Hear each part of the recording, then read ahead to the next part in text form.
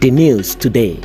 From yesterday Wednesday tribunal meeting being 21st of June 2023, a scene was created to request Mr. Peter Obi and the Labour Party to submit a compiled document including their claimed evidence of cause to INEC as they struggled to collect every necessary document from Mr. Mahmoud Yakubu and the INEC to build their legal case against false election victory of Mr. Bola Ahmed Tinubu, who has become today's Nigerian president. On the Labour Party's petition, the justices asked the party to present proof that it served INEC, REX in the 36 states and the Federal Capital Territory summons to provide electoral documents following persistent calls that the electoral body was deliberately frustrating its case. We want to hope that the Nigeria Tribunal Court by itself is not attempting to frustrate Peter Obi and the Labour Party's petition, having heard repeatedly in their previous court meetings how Mahmoud Yakubu and INEC were refusing to release all documents to the Obi's council after INEC received and confirmed zero debt of processing fees paid to it by the Labour Party for such documents, and yet the Presidential Election Petition Tribunal Court is furthering its request of what INEC may be unwilling or can delay such provision with Mr. Obi and the Labour Party, that itself Tribunal Court may in turn say to Mr. Obi's lawyers they are voiding and they excluding evidence due to late arrival.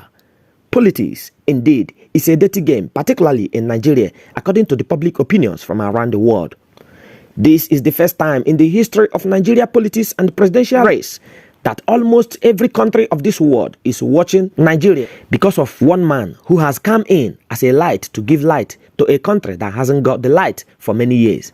Peter Obi is no doubt that change Nigeria needs, and he is going to change Nigeria politics. In fact, the change effectiveness is already in place. However, the metamorphosed nature of the change grows gradual. This is the submission made by the court as the Labour Party insisted that the electoral body was frustrating its case by deliberately evading summons.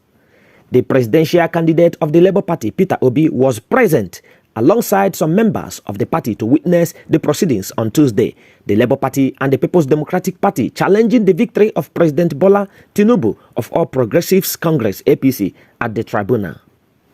On the Labour Party's petition, the justices asked the party to present proof that it served INEC, REX in the 36 states and the Federal Capital Territory summons to provide electoral documents following persistent calls that the electoral body was deliberately frustrating its case.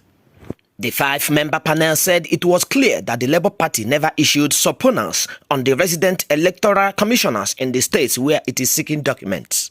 Counsel for Labour Party Levi Ozoku had informed the court that INEC chairman Mahmoud Yakubu had given his commitment that all electoral documents will be made available on demand from the REX. However, the court stated that the party did not explore Section 74 of the Electoral Act, which stated that they must on demand provide documents within 14 days to the said party or pay a fine of 2 million naira or imprisonment or both for defaulters. The court said it was clear that the party didn't lodge a complaint on the delay of documents and has also failed to apply the penalty clause as stipulated in Section 74. The court added that whatever happened between the Labour Party and the INEC was without the involvement of the court.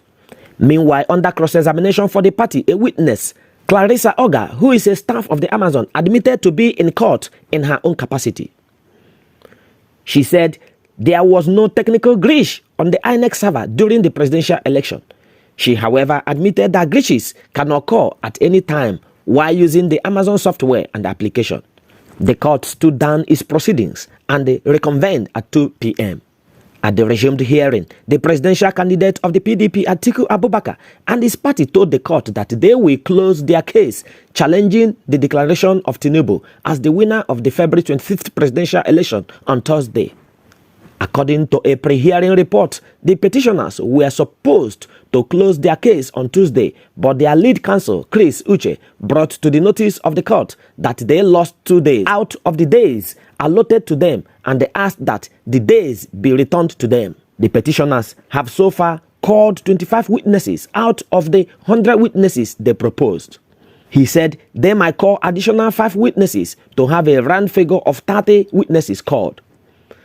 The counsel for the PDP said that some of the documents to be tendered in remaining 2 days would take the place of remaining 70 witnesses. Like the counsel for the Labour Party, he also lamented the difficulties encountered in getting certified true copies of documents out of INEC to aid them in challenging Tinubu's election. He, however, commended the legal team of the electoral body for their assistance in getting some of the documents. The 5-member panel justices led by Justice Haruna Tsanami adjourned till Wednesday, June 21st for continuation of hearing in the petitions. In the news, Anthony Q. Kibri's Got Talent.